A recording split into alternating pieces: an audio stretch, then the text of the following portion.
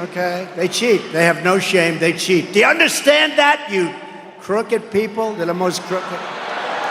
They cheat. They cheated in the last election, and they're going to cheat in this election, but we're going to get them.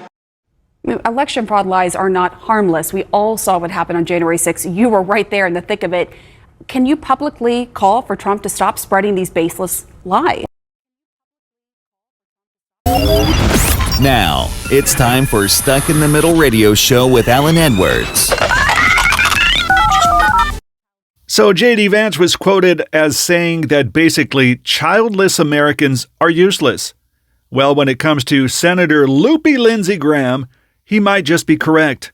Graham was on CNN defending his demented dictator, and he had his tail between his legs the entire interview. When he was asked about to tell Trump to knock it off with the election lies, he dodges the questions the same way that he dodges the "are you gay" question. So here's my advice to President Trump for whatever it's worth. If you compare what you did as president to what Biden and Harris has done on their watch, you will win.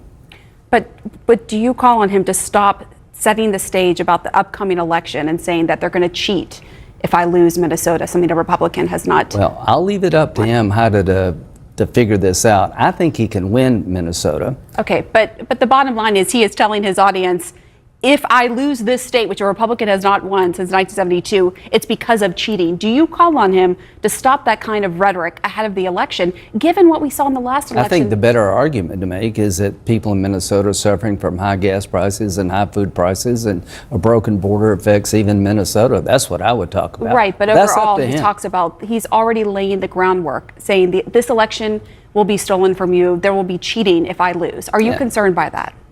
Not particularly, because I think Donald Trump is trying to reinforce to the American people that our election system needs to be reformed and needs to be fixed, and there's some truth to that. So if you saw the interview, you could see by his facial expressions and stuttering, even he didn't believe the garbage and lies that were coming out of his mouth. Here's another part of the interview where he was asked about JD Vance's comments about childless Americans. As usual, Graham stuttered and put his tail between his legs as the spineless, childless politician that he is, and took the insults while giving a pathetic response. JD Vance. Today, CNN's Kay Fallon are several more examples beyond the now infamous child cat lady comments of him disparaging people without children. He said childless Americans, especially those in the country's leadership class, were, quote, more sociopathic than those with children. As a person without children yourself in the leadership class? I don't know. Maybe I prove his point. I don't know. Well, what do you think about that suggestion? Are you worried it alienates a part of the electorate? I think the election won't come down to what he said on a podcast. It'll come down to whether or not we change course as a nation. He said it multiple times. Yeah, he said it 1,000 times. So confused, childless Looney Lindsey proved that he has totally lost his marbles under the MAGA wing. I just wanted to share this interview that was on MSNBC from a MAGA guest that was convinced she spoke for every woman in America and then became so bold as to speak for all blacks in America. It's rather frustrating to listen to her as she spoke with such authority. Well, I think female voters are not, we're not deceived by the gender of a candidate. We really care about substance. So we don't care if it's a male or female at the top of the ticket. We really care about substance. And again, when you're talking about substance, voters care about immigration. For the first time since 2001, you had a record number of Americans say that illegal immigration is a critical threat to the United States. That's according to Gallup. And then again, the economy is number 2. So I think female voters, we care about the issues. We don't care about the personality.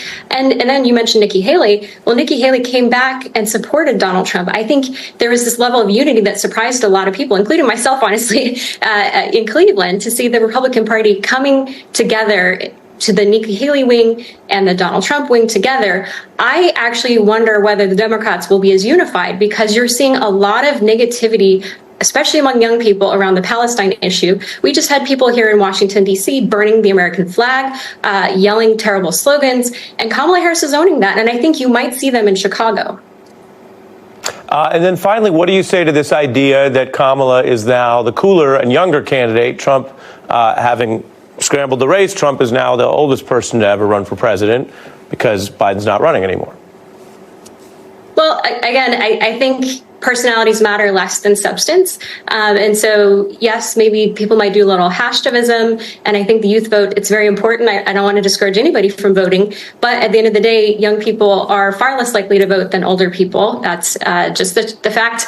But I think, again, it's going to hinge on the substance. And even among Black voters, my friend Kelly Goff over at Daily Beast, she pointed out that among Black voters, the gap between Obama versus Harris is striking. So negatives for Obama among Black voters, this is according to a very recent poll, it might be scrambled now with the dynamic changing, but Black voters disapprove of Obama only by 10%, but 22% disapprove of Harris. And so I think you're going to see a lot of swing among voters, and we see this especially with Black men, going for conservative. So the race is all up in the air right now. Everything's scrambled. The only thing scrambled is your MAGA brain.